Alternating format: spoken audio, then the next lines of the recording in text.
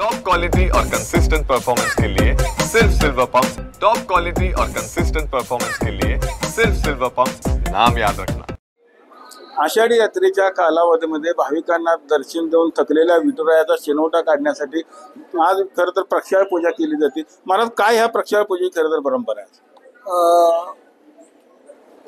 देवाचा शिणवटा काढणे।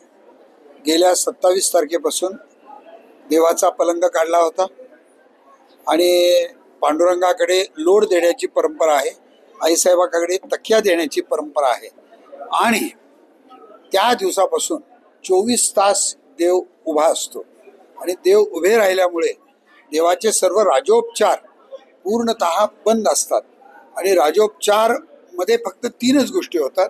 सकाळची नित्यपूजा, देवाचा नैवेद्य आणि गंधाक्षता, या तिन्ही विधी होतात। पण आजपासून देवाला 11 ब्रह्मवृंद लावून देवाला आज इथं लघुरुद्र केला जातो आणि आईसाहेबाकडे पंचसूक्त पवमान केला जातो। हे दोन्ही विधी आज झाल्यानंतर संध्याकाळी शेजारतीच्या नंतर देवाला आज काढा दाखवला जातो, ज्याच्यामध्ये एकूण 32 वनस्पत्यानं तो काढा तयार केलेला असतो। आणि तो काढा का दाखवायचा, तर आज देवाचा सगळा शीड आज गेला पाहिजे आणि उद्या सकाळपासून देवाचे सर्व राजोपचार हे चालू होतात आणि त्यामुळे आज आजच्या पूजेला वर्षातून 2दाच देवाला लघुरुद्र केला जातो, तो म्हणजे आषाढीच्या प्रक्षाळ पूजेमध्ये आणि कार्तिकीच्या प्रक्षाळ पूजेमध्ये। पंचसूक्त पवमान हे आषाढी आणि कार्तिकीलाच केला जातो। किती तास विठ्ठल खरं तर अहोरात्र उभे होते आषाढी यात्रेच्या कालावधीत? 24 तास देव उभे होते। म्हणजे गेल्या 27 तारखेपासून ते आजपर्यंत देव भक्तांसाठी उभे होते। 27 तारखेपासून ते 16 तारखेपर्यंत। आता जे सुरू आहे ते काय सध्या विठ्ठल मंदिरापर्यंत चालू? विठ्ठलाला आज सकाळी देवाच्या सर्वांगाला आज आपल्याला तेल आपण आज लावतो। आज तेल लावल्यानंतर देवाला अभ्यंग, आज आपण बघताय आता तिथे देवाला अभ्यंग स्नान आज आपल्या तिथं घातलं जातं आणि अभंग स्नानाच्या नंतर आज सर्व ब्रह्मवृंद मिळून आज लघुरुद्र, आज इथं खूप राजवैभवात आज इथं लघुरुद्र आज इथं सगळा संपन्न होतो आणि रात्री देवाचा थकवा काढण्यासाठी आज काढा दाखवला जातो। हे खूप मोठे, कारण श्री विठ्ठल मंदिर हे एक परंपरेचं मंदिर आहे। इथं सगळ्या नियमावलीचं सातत्यानं पालन केलं जातं।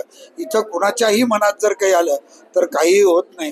जे परंपरेनं नियम आहेत सगळे त्या नियमानंच चाललं जातं। कसं वर्णन करताना आता या भगवंताचं तुमच्या भाषेत? भगवंताचं तर वर्णन करताना असं आहे, राजस सुकुमरा मदनाचा पुतळा, रवी शशी कळा लोपलिया, कस्तुरी मळवट चंदनाची उटी, रुळे माळ कंठी वैजयंती, देव पहावयाची गेलो, देवची होऊनी ठेलो, असं या विठ्ठलाचं स्वरूप आहे। कारण ज्यावेळेस एखादी मुलगी आपल्या सासरी जात असते पण माहेरी सातत्यानं पाहत असते, तसं भक्त विठ्ठलाचं दर्शन घेत असताना सातत्यानं मागे वळून वळून वळून वळून पाहतो। कन्या सासुराशी जागे मागे परतोनी पाहे, आणि पाहता श्रीमुख सुखावले सुख, डोळियाची भूक न वजे माझ्या, असं आजचं पांडुरंगाचं स्वरूप आहे आणि ते स्वरूप आज आपल्याला पाहायला मिळत आहे। याचं आपलं फार मोठं भाग्य आहे। आपण बघितलं असेल की खरं तर विठ्ठलाची प्रक्षाळ पूजा आता संपन्न झालेली आहे आणि आजपासून देवाचे जे नित्योपचार असतील, राजोपचार असतील, पूर्ववत पुन्हा सुरू होणार आहेत। विठ्ठल मंदिरातून कॅमेरामॅन जगदीश सर, रवी लगेकर, TV9 मराठी।